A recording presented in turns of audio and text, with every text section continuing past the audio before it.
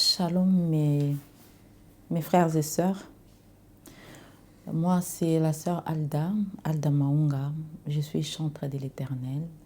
Mais aujourd'hui, je voudrais vous partager quelque chose d'extraordinaire qui m'est arrivé, un témoignage de ma relation avec Dieu. Pendant les confinements, quand le Seigneur a visité ma fille, je ne m'attendais pas à ça. Tout d'abord, j'ai cherché Dieu comme pas possible. Bien que je chantais pour lui, bien que je priais, mais j'étais loin de lui. Alors, il y avait beaucoup de problèmes dans ma vie. J'ai connu beaucoup de problèmes. Je n'avais pas de paix. Je vivais dans le tourment. J'avais l'impression que Dieu n'écoutait plus mes prières. Dieu m'avait tourné les dos. Mais les jours où le Seigneur s'est manifesté à travers ma fille, c'était les plus beaux jours de ma vie. Je me disais que c'est pas possible. C'est toujours Dieu, c'est lui. Quand il s'est présenté, je suis celui qui est. J'étais en larmes parce que je ne m'attendais pas. J'ai pleuré, j'ai beaucoup pleuré. J'ai loué le Seigneur.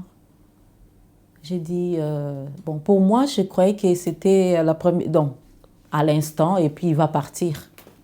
Il est venu seulement nous visiter pour cet instant, et puis il va nous laisser, il va partir. Mais apparemment, c'était les débuts de l'histoire.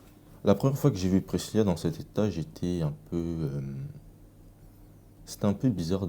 C'est un peu bizarre pour moi d'exprimer ce sentiment parce que j'étais ni choqué, ni surprise de la voir dans cet état. Parce que le fait de parler en langue, pour moi, c'était quelque chose auquel j'y croyais.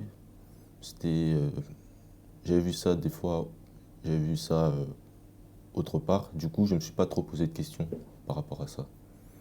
Et après, quand elle a commencé à parler en français, quand cette voix est sortie d'elle, je me suis dit, waouh, j'étais comme choqué, abasourdi, parce que pour moi, c'était du jamais vu.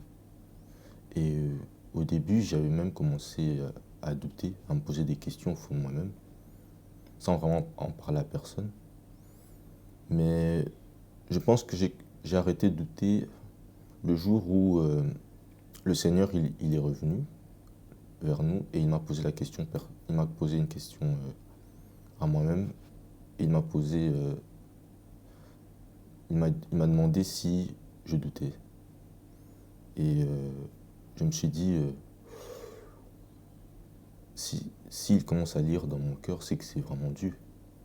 Donc là, à ce moment-là, j'ai arrêté de douter parce que je me suis dit que non, là, c'est vraiment Dieu parce que là, il est en train de lire dans ma tête, il est en train de lire dans mon cœur. Au départ, ma réaction quand j'ai vu que Dieu parlait au travers Priscilla, ma réaction au départ, j'étais étonné, mais après, j'ai cru parce que je me suis dit qu'il n'y a que Dieu qui peut parler comme ça en quelqu'un. Et après, j'ai eu la foi, je n'avais plus douté.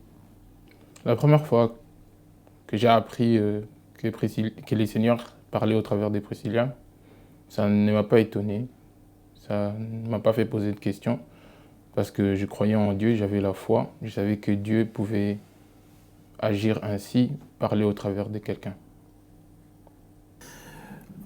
Lorsque j'ai entendu le Seigneur parler à travers de Priscilla, j'ai eu un sentiment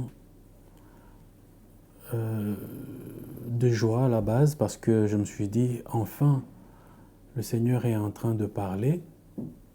Donc il s'adresse à nous et il nous oriente. Et quelque part encore, j'avais un autre sentiment qui me disait, mais est-ce que réellement c'est le Seigneur? Parce que à partir de mon amie Alda, je commençais à me dire, est-ce que ce n'est pas Alda qui a parlé de sa fille, vu la situation qu'elle traversait, de l'histoire que je vivais, parce que là, à ce moment-là, je venais d'une période où je cherchais aussi le Seigneur, mais je n'arrivais pas à croire encore que le Seigneur pouvait parler à travers de quelqu'un. Mais ça n'a pas été un sentiment de surprise, vu que aussi j'avais vécu ça dans ma famille. J'ai connu ça dans ma famille au travers de ma petite sœur. Et il y a longtemps de cela. Et du coup, j'étais surpris que le Seigneur puisse encore une fois se manifester au travers de quelqu'un, d'un humain. Moi, quand le Seigneur a parlé de la Maison Blanche, ma foi était toujours là. J'avais confiance en mon Dieu. Comme aujourd'hui, j'ai toujours confiance en lui. Et j'ai cru, en fait. J'ai cru, et puis voilà. Donc, il n'y avait rien à dire, quoi. Tout ce qu'il me disait, en fait, c'était une relation personnelle avec lui. Alors, tout ce qu'il me disait, je le faisais. Donc, ma foi était toujours là quand il m'avait parlé de la Maison Blanche. Étant donné qu'on devrait déménager au mois de décembre, je me suis dit, le Seigneur nous a précédés. Donc, comme il veut nous faire un cadeau, donc c'est toujours le bienvenu. Donc, j'avais la foi, j'avais vraiment la foi. Quand Dieu m'a parlé de la Maison Blanche, j'ai tout de suite cru à 100% sans jamais douter. Parce que je me suis dit que vu que c'est Dieu qui nous offre cette maison-là, forcément, ça va être quelque chose de bon pour nous. Donc je n'ai pas douté une seule seconde par rapport à ça. Je me suis dit, j'étais content de partir parce que je savais que ce que Dieu proposait pour moi, pour nous tous, c'était quelque chose de bon. Ma réaction quand le Seigneur a parlé de la Maison Blanche, j'étais content parce que je me suis dit, enfin, on va sortir d'ici, j'aurai ma propre chambre. Et je me suis dit que c'était dans quelques mois, c'était pas pour tout de suite, quoi. Oui, j'y croyais fortement à la promesse du Seigneur par rapport à la Maison Blanche. J'y croyais parce que je savais que Dieu était un Dieu d'impossible et rien ne lui était impossible. Tout ce qu'il dit, cela pouvait s'accomplir. Il fallait juste avoir la foi. Le 27 juin, quand nous sommes allés à la Maison Blanche pour y entrer, enfin ce que je pensais, c'est que mon ressenti, c'était que quand nous sommes arrivés là-bas, personnellement, je n'étais pas très déçu. J'étais un peu déçu parce que je me disais que ce jour-là, je pense que nous allons entrer dans cette maison. Mais après, les jours précédents, quand le virement il n'avait pas été effectué, j'avais un peu perdu la foi à ce moment-là. Et ce qui fait peut-être que ce jour-là, j'étais un peu comme pas très déçu, pas très surpris de ne pas entrer dans cette maison à ce moment-là. Parce que je me suis dit après que, bon, Dieu ne veut pas nous donner cette maison parce que ce n'est pas le bon moment et que sûrement il fallait peut-être faire une transition avant. Parce que quitter la maison là d'où on était pour aller vers une maison comme celle-là, je me suis dit peut-être ça allait créer un choc pour nous, pour moi, et que peut-être nous n'allons pas assumer ensuite. Donc du coup, si je peux résumer mes sentiments, c'est que j'étais un peu déçu, mais pas très déçu au final, parce que voilà, je savais déjà que Dieu, enfin dans ma tête à ce moment-là, je me disais que Dieu, il allait agir peut-être dans les prochains jours, dans moins d'une semaine. Quand on attendait que le virement puisse se faire, ma foi, elle avait baissé. Elle baissait en fait de jour en jour, parce que je me disais, mes pères, ça traîne. J'avais pas vraiment une foi solide, en fait. J'avais une foi un peu flottante comme ça. Le 27 juin, c'était un jour assez spécial. Moi, j'étais très heureux d'accompagner mon ami et sa famille dans leur nouvelle demeure. J'étais convaincu qu'ils allaient rentrer dans cette nouvelle maison parce que c'était la parole du Seigneur. Le fait que cela ne soit pas passé, j'étais un peu déçu pour eux, mais j'ai continué à avoir la foi parce que j'étais convaincu que le Seigneur ne ment jamais et que sa promesse, tôt ou tard, finirait par s'accomplir. Ben, quand les virements n'arrivaient pas, en ce moment-là, ma foi commençait à être un peu mitigée. Des fois, je croyais, des fois, je ne croyais pas. Je commençais à me poser des questions, comment cela est possible. Moi, je ne travaille pas, je suis au chômage et tout. Avec une grosse somme comme ça, peut-être il y aura des enquêtes et tout. Je commençais à me poser des questions. Des fois, je me disais, c'est irréaliste. Alda descend sur terre et tout. Deux fois, je croyais. Deux fois, je disais, si il fait ça avec les autres, pourquoi pas avec moi? Donc, c'était un peu mitigé. Des fois, je croyais, des fois, je ne croyais pas. Donc, c'est la foi qui jouait en ce moment-là, en fait. C'était la folie. Comme on dit, la foi, c'est la folie pour les insensés. Les jours où on est arrivé devant la Maison Blanche, quand le Seigneur m'a dit, il nous a posé la question, qu'est-ce que vous êtes venu faire ici?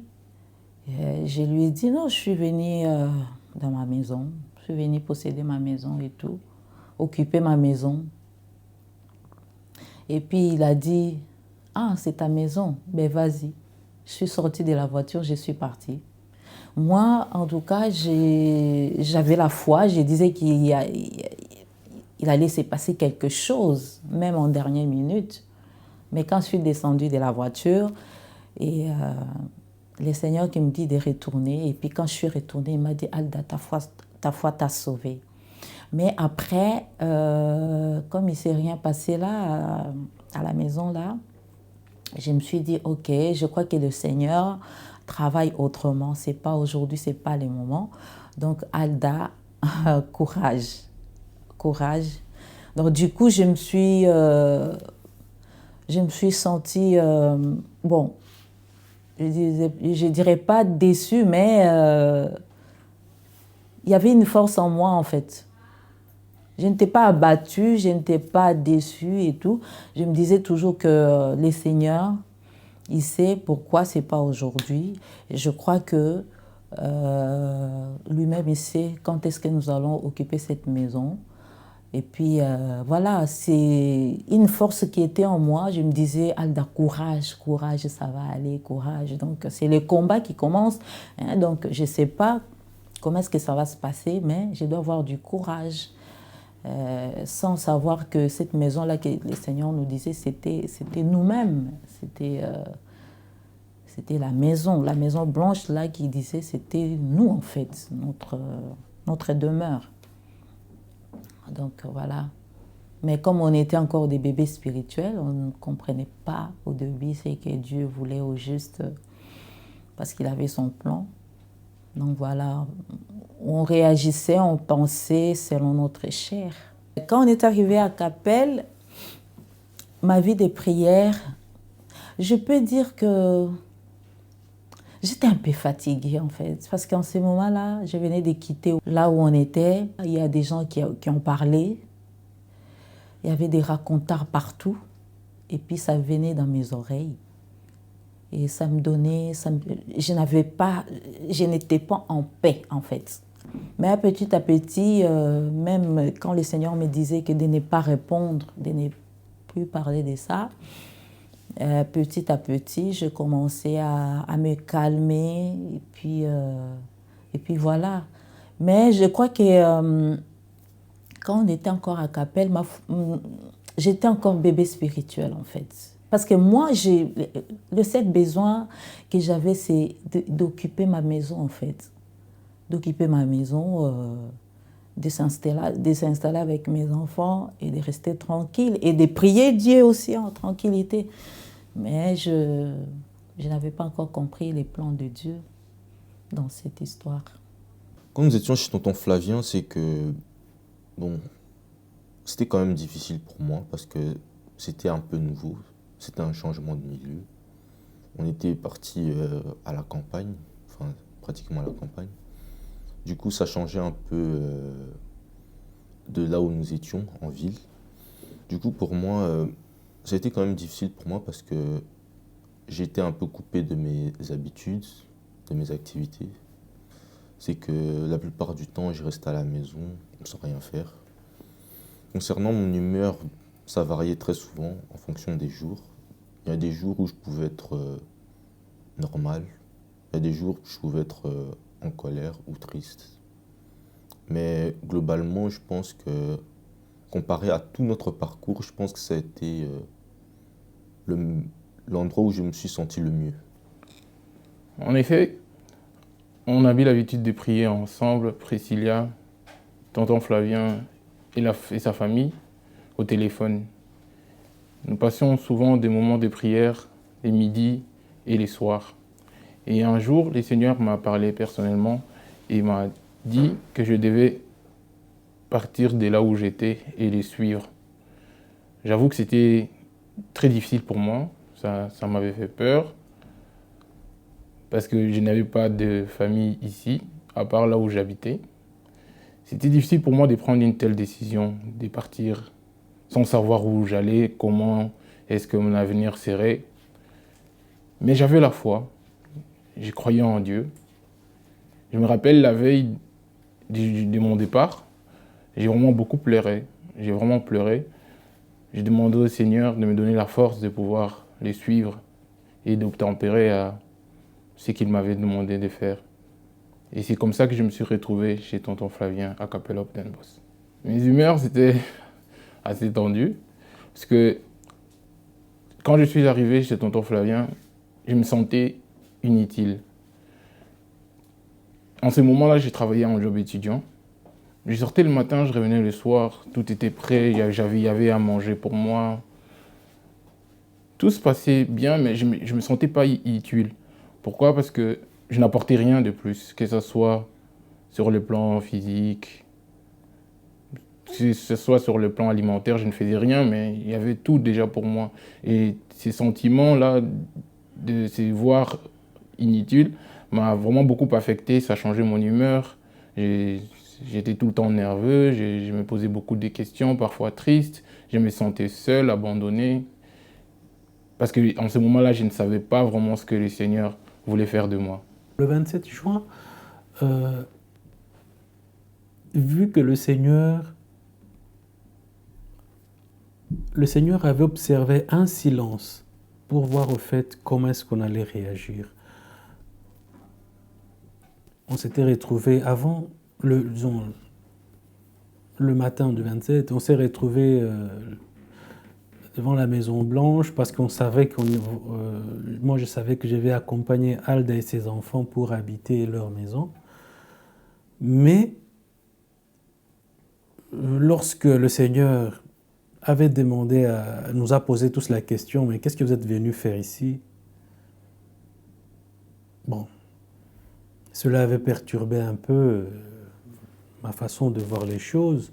Mais après, j'ai compris, bon, peut-être que ce n'est pas le moment pour le Seigneur que Alda et ses enfants entrent dans cette maison-là. Et je me suis dit, de toute façon, je ne vais pas les laisser dehors. Je les ai accueillis chez moi, sachant dans ma tête que c'est pour 1 ou 2 nuits, les temps que le Seigneur, dans sa volonté, leur octroie une autre maison, un autre domicile.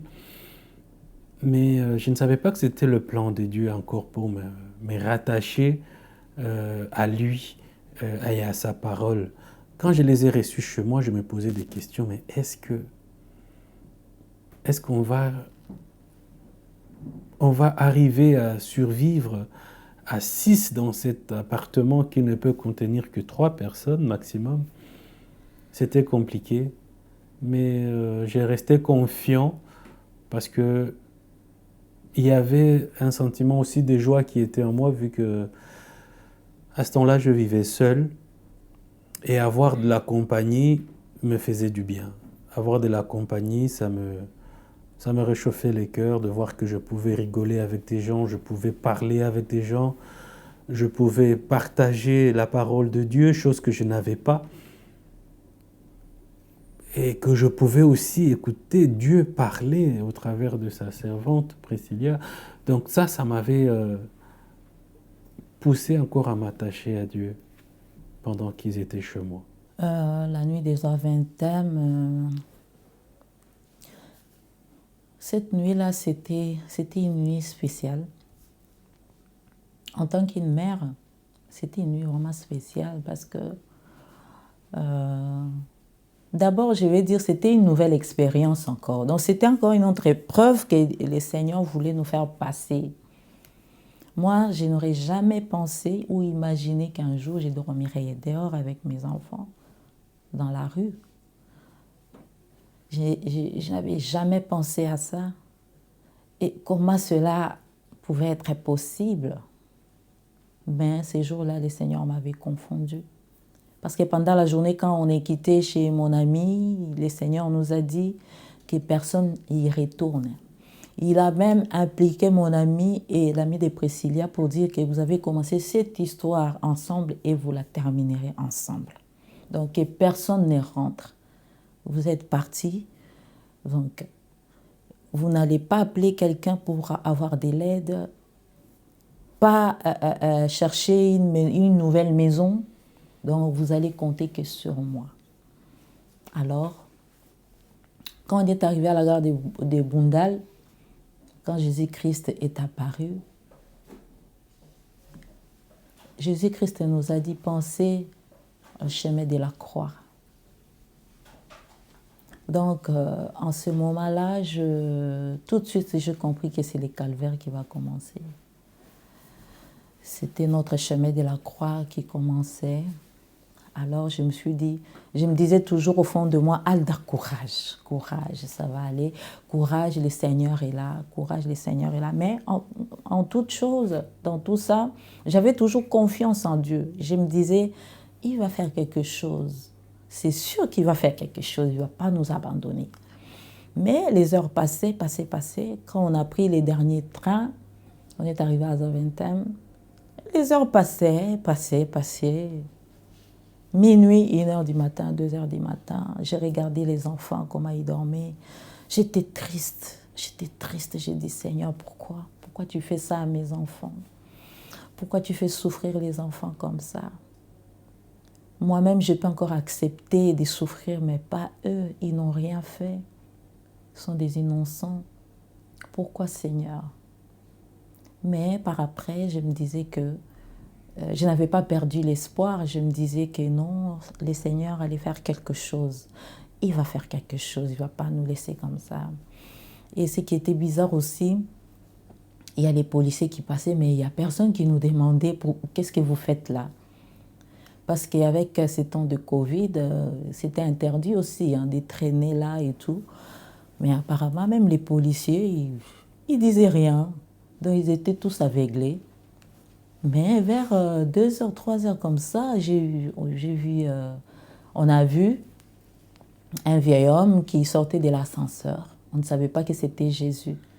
C'était comme un sans-abri comme ça. Quand tu le vois comme ça, négligeable et tout. Il était un vieux, en fait.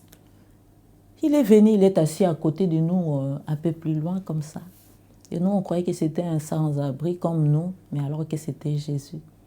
Parce que le lendemain, quand Jésus-Christ est apparu, il nous a dit, j'ai passé la nuit avec vous, j'étais là. La personne que vous avez vue là, qui sortait de l'ascenseur, c'était moi. C'est en fait toutes ces choses-là qui me rassuraient encore, qui me disaient, malgré tout ça, le Seigneur est toujours avec nous, donc je ne vais pas perdre de l'espoir. Alors, le moment que le Seigneur nous avait demandé de quitter Kapelle op den Bos pour aller habiter la maison blanche, on ne savait pas que il y a une histoire qui continue à se passer à ce moment-là. Je ne savais pas en moi que c'était la dernière nuit que j'avais passée chez moi. Je suis sorti tout en sachant que je vais accompagner Alda et ses enfants, encore une fois, pour habiter leur maison. Mais le Seigneur avait dit, comme vous êtes sortis, vous ne retournez pas dans cette maison. Vous ne retournez pas derrière. Donc vous continuez de l'avant. Vous avez commencé cette affaire à 6 et vous continuerez à 6. je me suis dit en moi, donc voilà, ça devient une autre tournure. Mais je ne savais pas qu'il peut arriver un jour que je passe nuit dehors. Nous sommes arrivés devant la maison blanche, il n'y avait personne. Et on est parti, on devait chercher où dormir. On n'avait nulle part où aller parce que le Seigneur nous a tout interdit. Et on s'est retrouvés à l'aéroport des Aventem parce qu'on était en train d'errer. On n'avait pas de domicile, on n'avait pas où aller, on ne savait pas quoi faire. Mais par hasard, on s'était dit, on va aller à l'aéroport, au moins là, peut-être on serait en sécurité. Mais jusque-là, je ne croyais pas que la nuit allait se terminer là-bas. Mais lorsqu'il est arrivé 23h, minuit, 1h du matin, je dis, ça y est, on est dehors, on est dehors. Donc, je suis dehors, donc je ne dormirai pas chez moi. Et c'était un moment très dur pour moi, très dur, parce que je n'ai jamais dormi involontairement à l'extérieur, loin de chez moi, hors de mon lit. Et ces jours-là, je me suis retrouvé loin de chez moi, hors de mon lit, éloigné de mon petit confort. C'était pas facile pour moi. Mais je ne pouvais pas l'extérioriser, je ne pouvais pas les montrer, surtout aux enfants qui avaient besoin de réconfort. Et mon ami aussi, mon ami Alda, qui avait besoin d'être réconforté pour ces moments-là. Et du coup, je gardais ça pour moi-même. Et ça m'avait traumatisé, J'ai dit, c'est ça donc le chemin pour suivre Dieu, il faut souffrir. Je ne comprenais encore rien du tout. Je ne comprenais rien. C'était quelque chose qui m'a dépassé de me retrouver dehors, à Zaventem, comme un sans-abri. Ça m'avait vraiment traumatisé dans ma tête. Je n'avais pas lavé, je n'avais pas rincé la bouche. Je ne me suis pas échangé certainement, donc je me sentais gêné. Intimement parlant, je n'étais pas... j'étais pas bien. Je me disais, mais Seigneur, pourquoi tu permets ça? Pourquoi tu permets que nous puissions subir tout ça? Avant que je ne commence cette vie de t'adorer, de te prier, de me confier à toi, j'étais bien, je n'avais pas tout ça. Mais aujourd'hui, pourquoi tu permets ça? Je n'avais pas de réponse. Donc, j'étais perturbé. La nuit du Zaventem, le 1er août, le 1er août, ce jour-là, je peux le définir comme catastrophique. Parce que ce qui m'est arrivé là-bas, ce qui nous est arrivé à nous tous, c'est que c'était quelque chose auquel nous n'aurions jamais pensé que ça aurait pu nous arriver à nous. C'est que ce jour-là, j'étais très convaincu que, enfin, ce jour-là, nous allons entrer dans notre maison. Parce que nous avons quand même fait 1 mois chez tonton Flavien. Et je me suis dit, nous avons fait 1 mois là-bas. C'est que le 1er août, si Dieu nous a demandé de partir ce jour-là, c'est qu'il va agir ce jour-là. Du coup, je me suis réveillé en bonne humeur. Je me suis bien habillé, sans problème. Et la journée, le tout début, ça se passait bien. Mais je pense que la première désillusion, elle est arrivée quand le Seigneur il nous a dit, il s'est manifesté et il nous a dit que le bailleur il ne viendra pas au rendez-vous pour conclure l'affaire de la vente de la maison. Déjà, à ce moment-là, c'était un premier coup dur pour moi. Parce que je me demandais, mais pourquoi Dieu il fait ça? Je me suis posé la question, mais pourquoi il nous fait croire que on va entrer dans cette maison ce jour-là, mais au final, le jour présent, il nous dit que le bailleur, il ne viendra pas au rendez-vous pour conclure l'affaire. Donc déjà, pour moi, ce premier événement, c'était déjà un premier coup dur. Mais ce n'est pas fini. Enfin, pardon. Deuxièmement, le deuxième coup dur, il arrive quand il nous a interdit de retourner là où on venait, chez tonton Flavien. À ce moment-là, je me suis encore posé la question, je me suis plaint même. Je me suis dit, mais Dieu, pourquoi tu fais ça? Pourquoi tu nous mets dans une situation difficile, dans une situation où on ne sait pas trop quoi faire, où notre intelligence elle est dépassée. Parce que là, on s'est retrouvé dans une situation où on est un peu comme... je ne sais pas trop expliquer ça, mais on était impuissant. C'est que on ne savait pas trop quoi faire. On ne savait pas où aller. Parce que dans notre tête, on disait... Enfin, je me disais que ce jour-là, on allait entrer dans notre maison. Mais au final, ce jour-là, on n'allait pas y entrer. Mais, et que dans le même temps aussi, le Seigneur, il nous disait à tous que nous ne devons pas retourner de là où on venait. Donc déjà, pour moi, c'était déjà une désillusion. Mais je pense que c'est à ce moment-là que j'ai commencé à avoir une sorte de pressentiment en disant que cette journée ou cette nuit, ça allait être peut-être une nuit compliquée, une nuit difficile. Je pense que c'est à ce moment-là que j'ai commencé à voir un peu les prémices de ce qui allait se passer ensuite. Plus les heures passées, 17h, 18h, 19h, 20h, 21h, 22h, là, je commençais à me dire, là, je me disais, non, là, c'est bon, je pense qu'on va dormir dehors. Je pense que pour la première fois de ma vie, je vais dormir dehors. Je vais finir sans abri. Et cette situation, j'étais tellement, mais tellement énervé à ce moment-là, enfin tellement, en quelque sorte, humilié, parce que, en fait, j'avais un peu le sentiment comme si Dieu, en fait, il avait un peu joué avec nous. Il nous a fait croire à tous à une chose, mais au final, ça ne s'est pas passé ainsi. Et que maintenant, on est dans une situation où on ne peut pas s'en sortir parce que nous sommes tous à la rue. Mais après, ma colère s'est un peu atténuée quand Jésus-Christ, à la gare de Bundal, il s'est manifesté. Et il nous a posé à tout le monde.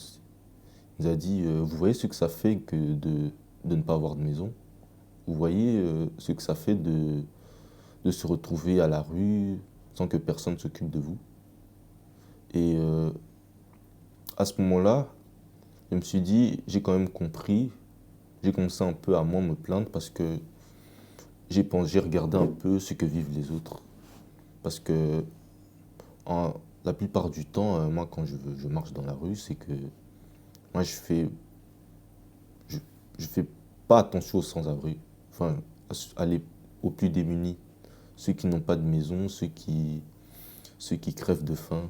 Souvent, je m'occupe pas d'eux, je les regarde pas, je les méprise. Et à ce moment-là, je me suis retrouvé dans cette situation-là, dans une situation similaire. Et j'ai quand même compris pas mal de choses que, ouais, être sans abri, c'est quelque chose de pas facile. Qu'il faut être fort. Parce qu'il y en a qui vivent... moi, j'ai vécu cette situation pendant un jour. Mais il y en a qui vivent cette situation pendant des années et des années. Cette vie, c'est pas une vie facile. Je ne peux pas le souhaiter même à mon pire ennemi. C'était une vie très difficile. Très, très difficile. D'abord, tu ne sais pas économiser. L'hôtel, ça coûte cher. L'hôtel, ça coûte cher. C'est bien pour les vacances ou pour le week-end ou quoi, mais si c'est pour y habiter plus de 3-4 mois, c'est très dur. C'était très difficile. D'abord, pour manger, je ne savais pas faire la provision parce que je vais mettre ça où? Il fallait faire des courses chaque jour. Je n'arrivais pas à terminer mon mois, donc je n'avais plus d'argent et tout. Il fallait frapper des portes et tout pour avoir l'argent. C'était très difficile. Très, très difficile. Il y a des jours où je pleurais. Je m'enfermais à la salle de bain. Les autres sont là au salon. Moi, je m'enferme à la salle de bain. Je pleurais. Je disais, Seigneur, quel genre de mère que je suis. Seigneur, c'est toujours toi. Pourquoi tu me fais souffrir? J'ai déjà assez souffert dans ma vie. Pourquoi tu continues à me faire souffrir? Je suis triste pour mes enfants. Maintenant, là, je n'ai rien pour manger avec mes enfants. Qu'est-ce que je dois faire? Pourquoi m'as-tu abandonné? J'ai pleuré. Je me sentais rejetée de tout le monde. Je me sentais humiliée. Je me sentais... je sais pas. C'était très dur. Mais après, quand je pleure comme ça, je sors, j'essuie mes larmes. Il n'y a personne qui savait que je pleurais. Mais j'étais très mal. J'étais très, très mal. Mais grâce à Dieu, en nos 15 jours, on a dormi dehors. En nos 15 jours, on a manqué à manger. Donc, chaque jour de notre vie, c'était un miracle.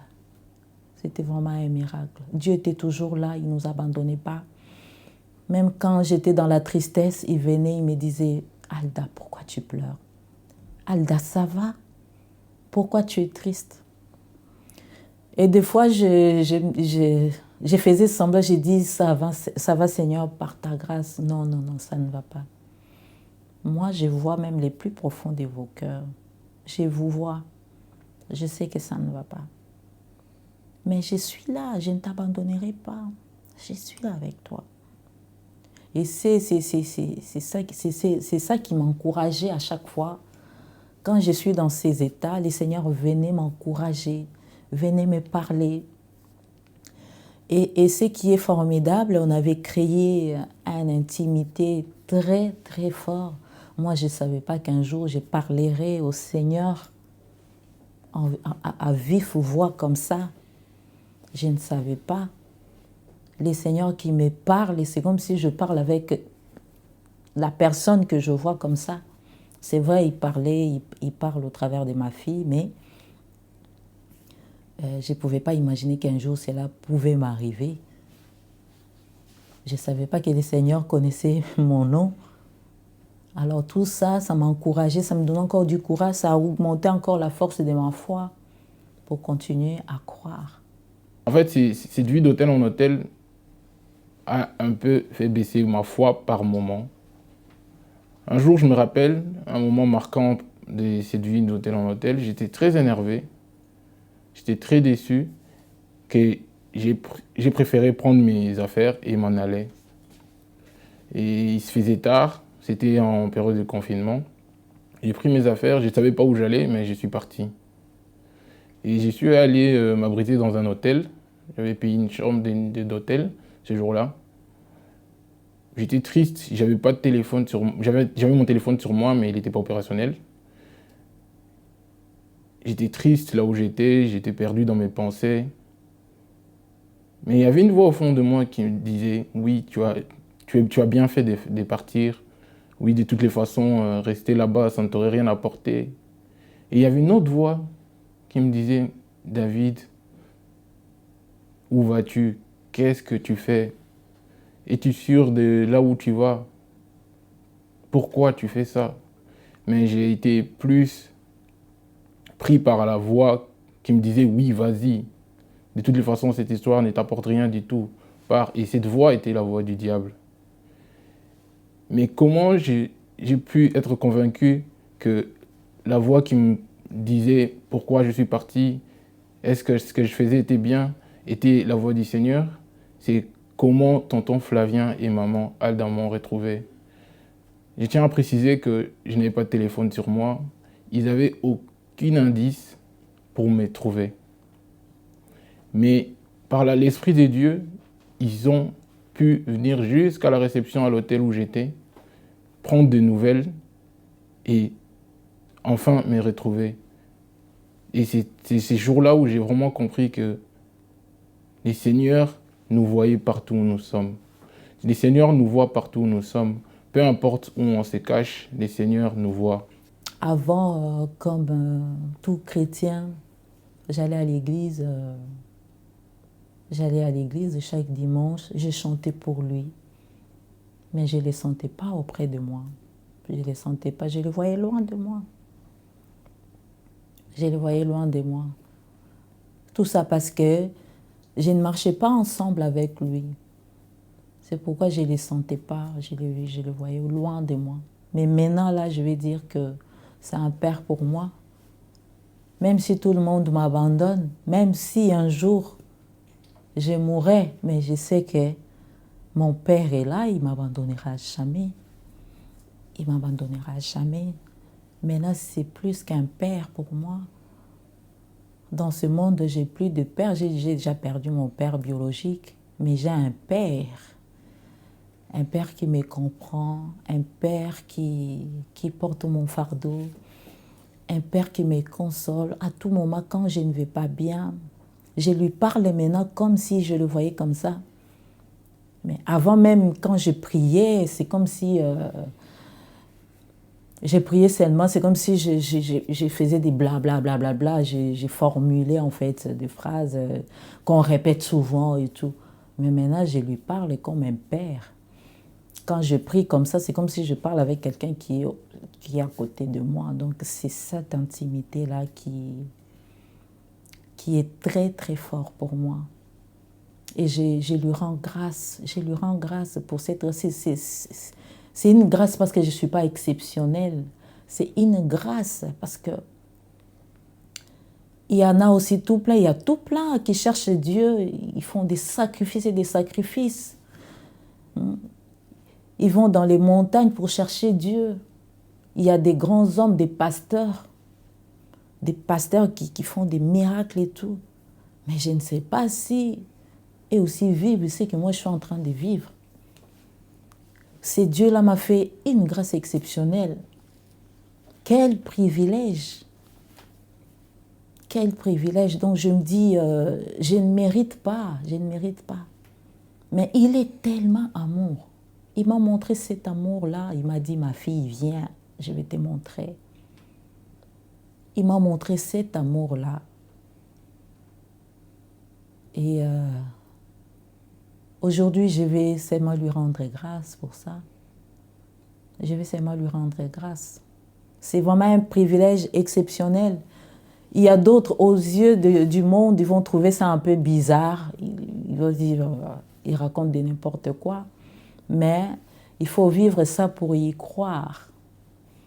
Il faut vivre ça. C'est tellement réel. Parce qu'à l'époque, le Seigneur parlait au travers Abraham, Noé, Jacob. Il parlait auparavant. Mais jusqu'à présent, ces dieux-là parlent. Ils parlent.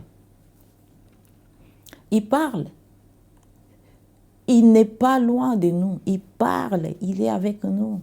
Il parle. Mais comme lui-même, il dit, il fait sa grâce à qui il veut. C'est qu'avant, je voyais Dieu comme le créateur du ciel et la terre. Je le voyais comme le Tout-Puissant. Je le voyais comme le Dieu qui pouvait parler qu'aux grands hommes. Qui pouvait parler... voilà, je le voyais comme le Dieu d'Abraham, comme le Dieu de Jacob, de Noé.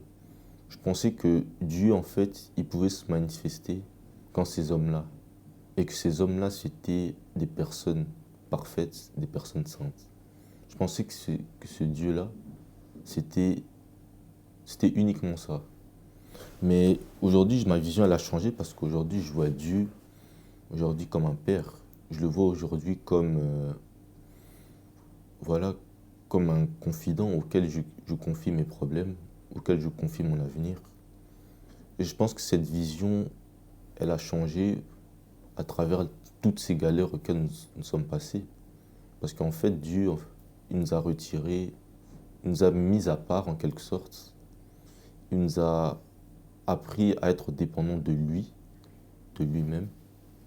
Et je pense que sans ces situations, sans ces galères auxquelles nous avons traversé, je pense que je n'allais jamais comprendre ça. Et je pense que c'est pour ça, en fait, je trouve que ça a été nécessaire de passer par ces moments difficiles auxquels nous avons passé. Il m'a changé parce qu'avant, j'étais trop accro aux jeux vidéo. Je pouvais facilement passer plus de 7 heures en une journée, en semaine. Pendant les vacances, même plus de 10 heures. Limite, je jouais plus aux jeux vidéo que je dormais. J'étais vraiment accro. J'étais dans la masturbation, je commençais à sombrer dans la délinquance. J'avais les insultes faciles. J'avais vraiment un langage de rue. Mais maintenant, le Seigneur, il est venu me retirer de tout ça. Il est venu me briser. Et je vous remercie pour ça. L'ancien David est un David rempli d'orgueil. L'ancien David, c'est un David qui était un but de lui-même. Auparavant, j'étais dans l'impudicité, plus jeune. Je rends grâce à Dieu parce qu'il a pu me délivrer de cette mauvaise vie. Quand le Seigneur m'a délivré de l'impudicité, je suis vite tombé dans la masturbation, dans la pornographie. Je me disais que me souiller avec mes mains en me masturbant était mieux que coucher avec une femme. Mais c'était la ruse du diable. Parce que le diable me trompait en me faisant croire que me masturber était mieux que coucher avec une femme. Dans la vie d'avant, dans les David d'avant, était un David malhonnête. J'avais un gros fardeau dans mon cœur avant que les seigneurs puissent me rencontrer. J'ai travaillé dans une entreprise où on me faisait vraiment confiance. Et un jour, j'ai été malhonnête.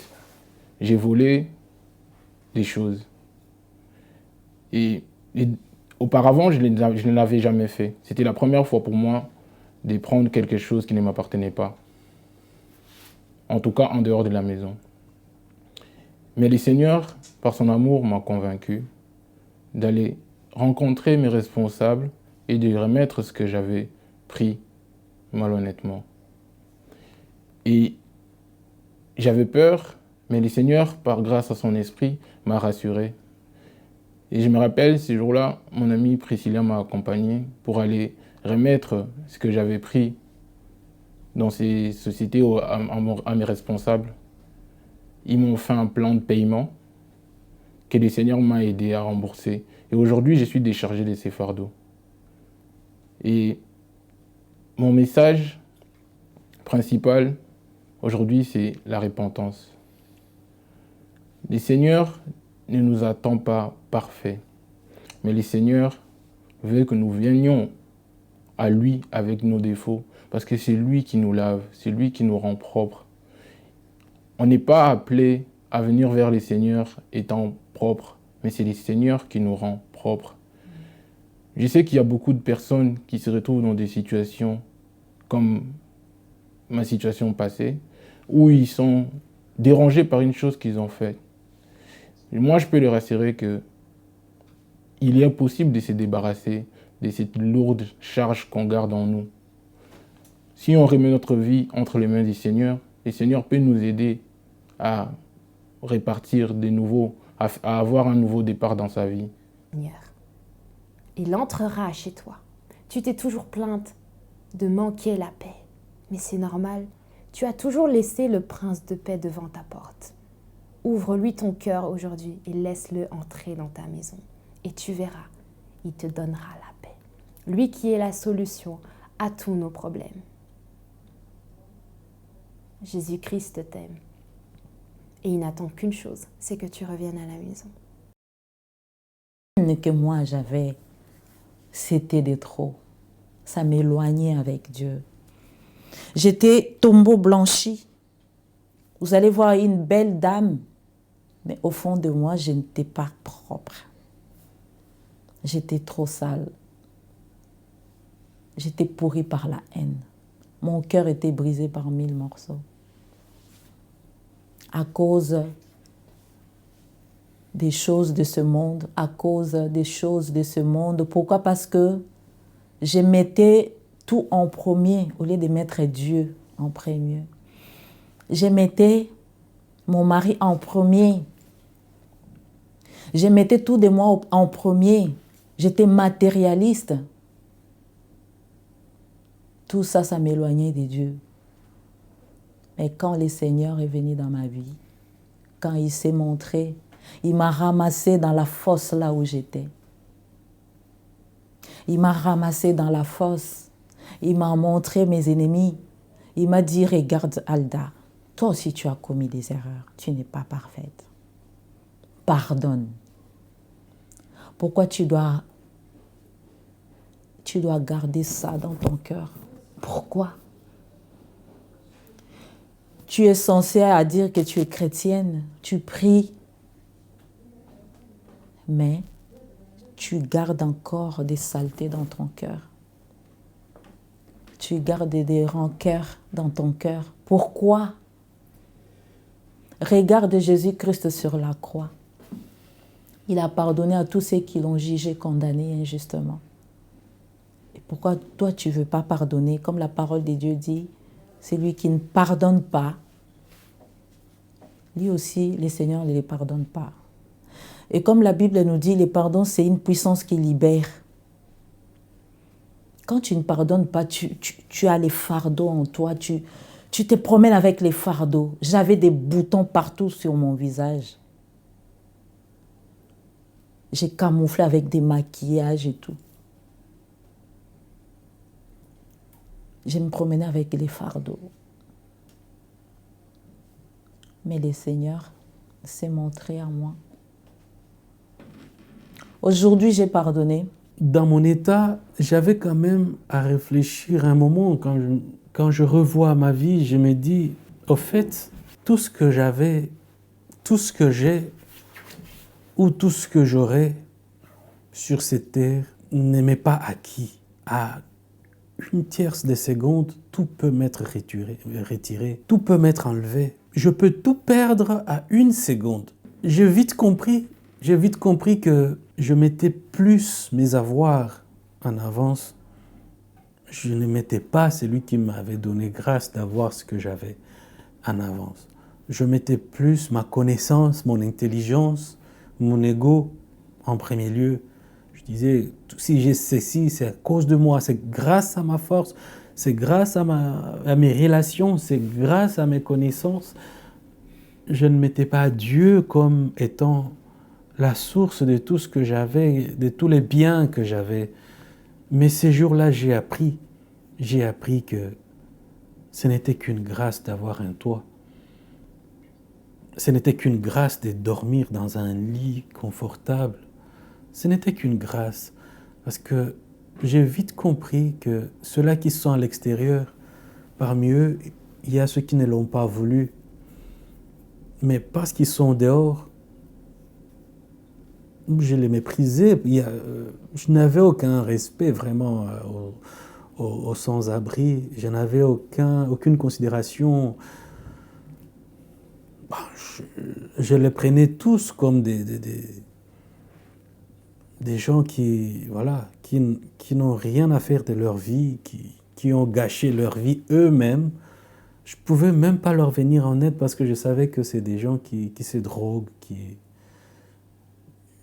qui ont gâché leur vie eux-mêmes. Mais depuis cette nuit que j'ai dormi dehors, j'ai appris à les considérer. J'ai appris à comprendre que ce n'est pas facile. Ce n'est pas facile de manquer un toit. Ce n'est pas facile de manquer ne fût-ce que de l'eau potable, de l'eau de robinet. Ce n'est pas facile de manquer ne fût-ce qu'un canapé sur lequel tu peux t'asseoir et suivre la télé. Je t'ai privé de tout ça. Pourtant, ce n'était qu'une nuit, mais c'était la pire des moments, des nuits que j'ai passées. Sortant à Zaventem, je savais que je vais rentrer chez moi. Mais le Seigneur avait un autre plan pour moi que moi j'ignorais. Du coup, je me suis retrouvé avec l'équipe entière, la famille de Alda, on s'est retrouvés prendre l'hôtel parce que le Seigneur ne voulait pas que nous puissions demander l'aide de qui que ce soit. En ce moment-là, je commençais à dire, Seigneur, bon, que ta volonté soit faite, parce que de toute façon, je ne rentrerai pas chez moi. De toute façon, je ne dirige pas encore, je ne dirige plus ma vie comme avant. Je ne dirige plus ma vie. J'étais déjà à l'intérieur de l'histoire. Et quand on a commencé, on a passé la première nuit à l'hôtel, je savais que ça va aller. Et puis ça va aller. Le Seigneur va ouvrir des portes. Il va décider maintenant d'aller quelque part ailleurs où Alda et sa famille aura sa maison. Voilà. Mais ce n'était pas le cas. Le Seigneur avait un autre enseignement à me faire. La vie d'hôtel après hôtel, l'instabilité, l'incertitude, la peur de lendemain. Dans les premières semaines, je ne comprenais plus rien. J'avais beaucoup de sentiments d'incertitude qui me traversaient l'esprit, beaucoup de sentiments de crainte aussi, parce que je me disais, mais nous sommes en pleine période de Covid-19, là où tout le monde parle de contamination et tout, et on est avec des enfants, des mineurs. Je me disais, mais qu'est-ce qu'on fait là? Ma foi commençait à chevaucher un peu. Mais le Seigneur, ce qui m'avait marqué, le Seigneur continuait à nous réconforter. Malgré ça, il nous donnait toujours l'espoir que demain sera meilleur, que la vie que nous avons aujourd'hui ne sera pas la même que celle que nous avions menée au préalable. Cette vie d'hôtel après hôtel n'a pas été facile. Ça n'a pas été facile. Dans cette situation, j'ai pu comprendre que le Seigneur voulait m'apprendre l'humilité. J'ai pu apprendre que le Seigneur voulait briser mon orgueil. J'ai pu apprendre que le Seigneur voulait briser cette façon que j'avais de croire en moi, de croire en des gens, de croire en des matériels. Le Seigneur voulait que je puisse croire qu'en lui seul, à lui seul. J'ai tout abandonné, tout. Et je me suis retrouvé sans rien. Même mes amis, je ne les fréquentais pas. Vraiment, même ma famille, même mes plus proches, je me suis éloigné de tout le monde. Et personne ne pouvait comprendre qu'est-ce que j'étais devenu. C'est vrai, beaucoup de gens se posaient de questions, mais c'était une période vraiment complexe de ma vie, une période où je me trouvais, je ne pouvais rien gérer de moi-même. Je ne pouvais pas répondre à aucune de mes questions de moi-même. Seul le Seigneur me dirigeait maintenant. Et c'est ce qu'il continue à faire avec moi. Je suis arrivé à comprendre maintenant que c'est pendant que nous sommes dans ces moments-là que le Seigneur se manifeste dans nos vies. J'ai vite compris aussi que l'instant où je me posais encore des questions, l'instant où je croyais encore en moi, l'instant où je pouvais faire quelque chose, l'instant où j'étais en capacité de résoudre mes problèmes, c'était à ce moment-là que je sentais le Seigneur loin de moi. Pendant que moi, je savais que je peux trouver une solution. J'ai quelqu'un que je peux appeler, j'ai un ami, j'ai un frère, j'ai ma famille, j'ai quelque chose peut-être que je me suis regardé quelque part, donc je peux compter sur quelque chose. Donc, pendant le temps là que j'avais des supports de base arrière, j'étais confiant en moi-même. Et le Seigneur, à ce moment-là, il ne se manifestait pas en moi.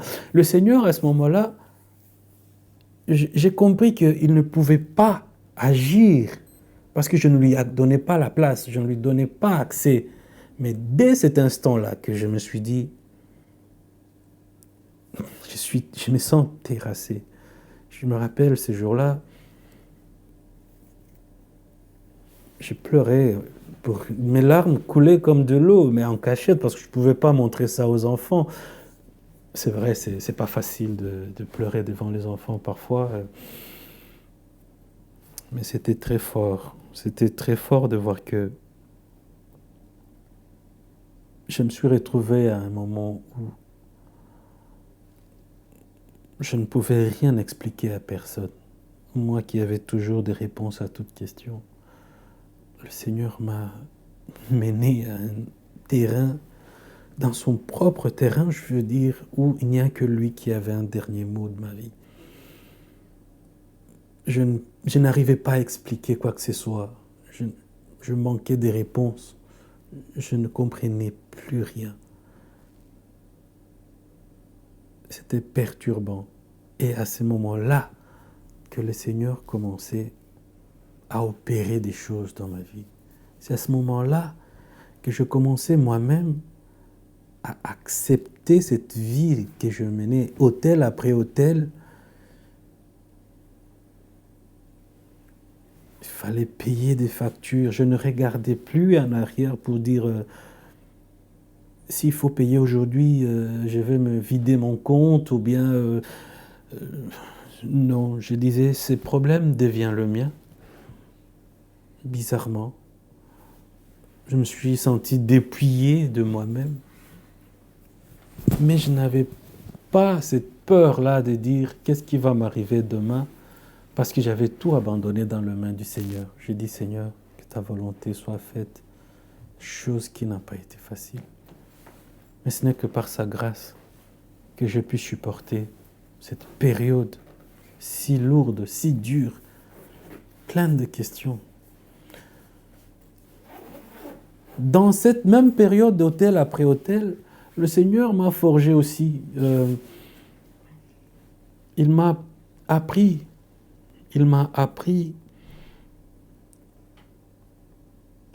à dire non. Il m'a appris à dire non à des voix qui me venaient, à des voix d'orgueil qui arrivaient à me parler à moi. Que moi, je ne pouvais pas demander, moi, je ne pouvais pas supplier, moi, je ne pouvais pas être en tort. Ces voix qui me disaient que moi, je ne pouvais pas perdre, donc je devais toujours réussir, Donc, le Seigneur m'a forgé un autre esprit en moi, de savoir que non, je peux être en tort, je peux m'excuser, je peux comprendre que je peux manquer. C'était vraiment une école dont je rends grâce à Dieu. Parce que ça n'a pas été facile pour moi. Ça n'a pas été facile, mais grâce à Dieu, j'ai supporté. Avant Dieu, je le voyais comme... je ne pouvais pas dire mon Dieu, au fait. Bon, parce que je m'imaginais, quand je dis mon Dieu à moi, c'est-à-dire, comme on peut dire mon Père à moi, quand c'est mon Père, je m'imagine, quand je parlais à mon Père, je lui disais tout ce que je voulais avec mes mots d'enfant, sans me poser beaucoup de questions, sans me dire qu'il va me juger. Je n'avais pas formulé des phrases pour parler à mon Père. Je n'avais pas besoin de me poser de questions du genre comment est-ce qu'il va interpréter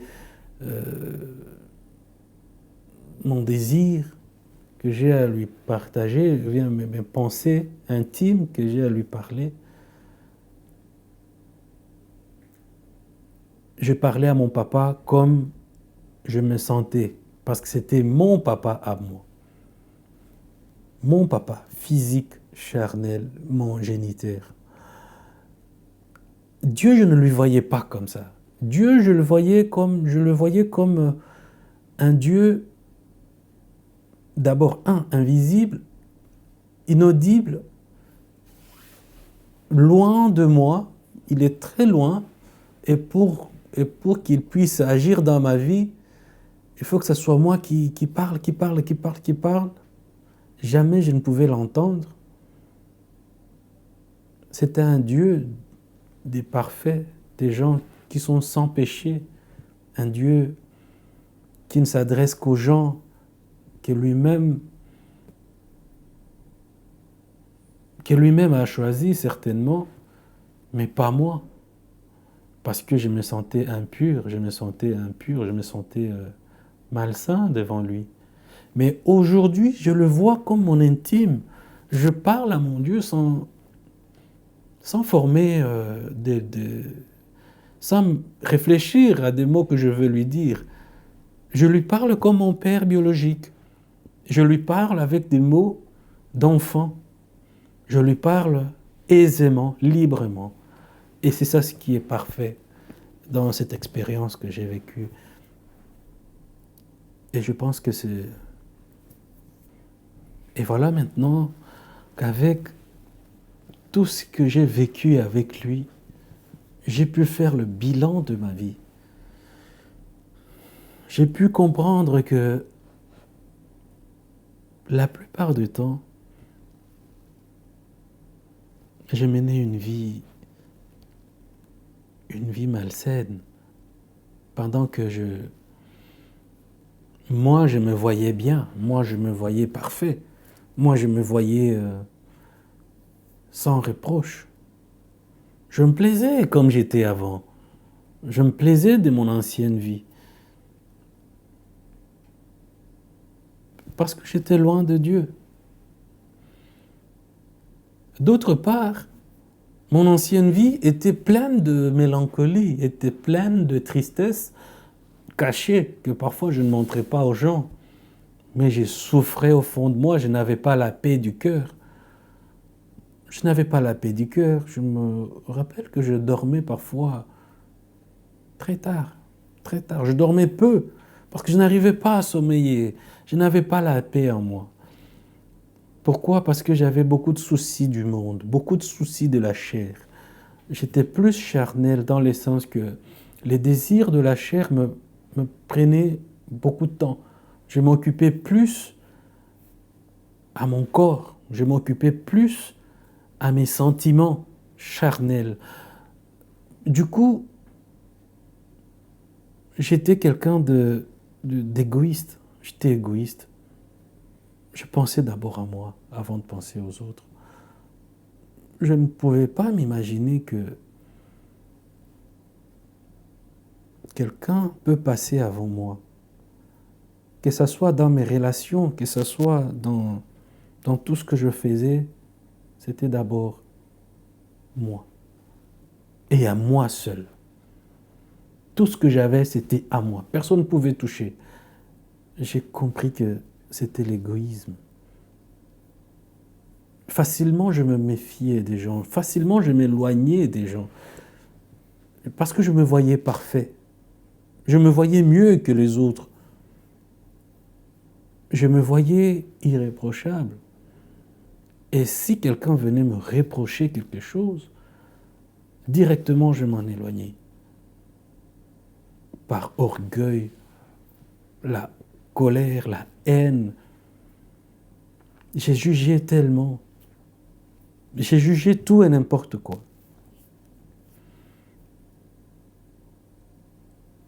Et ça, c'était ma vie d'avant. J'étais trop charnel. J'étais plongé dans une obscurité telle que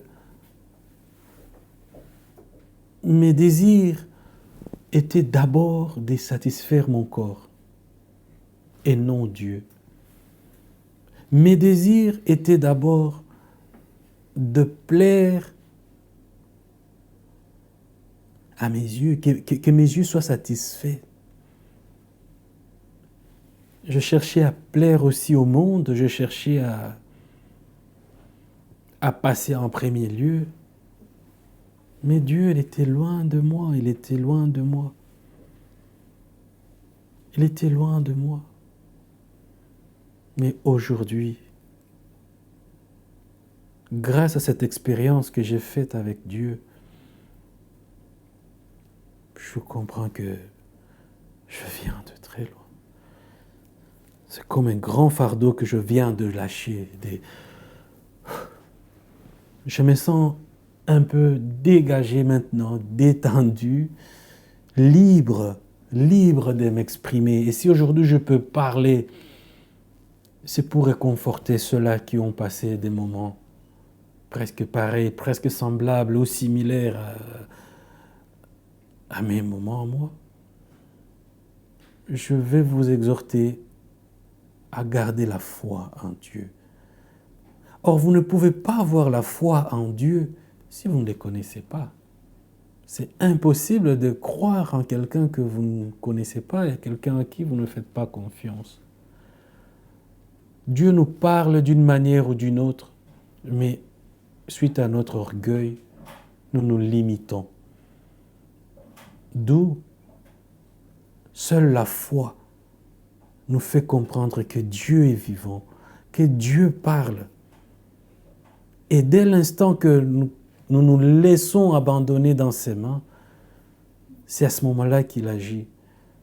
Tant que nous continuons à agir par nos forces, par nos propres efforts, le Seigneur ne fait rien. Le Seigneur veut que tu puisses venir chez lui tel que tu es et que tu le laisses agir dans ta vie. Le Seigneur veut que tu ne regardes pas au fait qui tu as été, mais regarde au fait sa croix. Regarde, prends ta croix et suis-le. Ainsi, ce n'est qu'au bout du chemin, au bout du calvaire, que la victoire est certaine. Chers frères, chères sœurs, Dieu est bon et il existe, il est vrai. C'est lui qui a parlé avec Abraham, Isaac, Jacob. C'est lui que Jésus lui-même appelait, celui qu'on nous parle dans la Bible. Il n'est pas seulement de la Bible ou du livre ou bien de l'histoire. C'est un Dieu vrai. Il est vrai. Quand on l'accueille, quand on l'ouvre la porte, il vient. Il vient et il nous sauve de toutes nos larmes, de toutes nos douleurs. Un autre message que j'allais donner, c'est de dire au peuple de Dieu que ne pensez pas que lorsque vous traversez des moments difficiles, Dieu vous a abandonné. Ne pensez pas que parce que vous traversez des moments compliqués où vous n'avez pas de solution, Dieu n'est plus là. Non. C'est à ces moments-là qu'il demande qu'on l'appelle encore plus. C'est à ce moment-là qu'il demande qu'on s'attache encore plus à lui. Et c'est à ce moment-là qu'il agit. Que Dieu vous bénisse.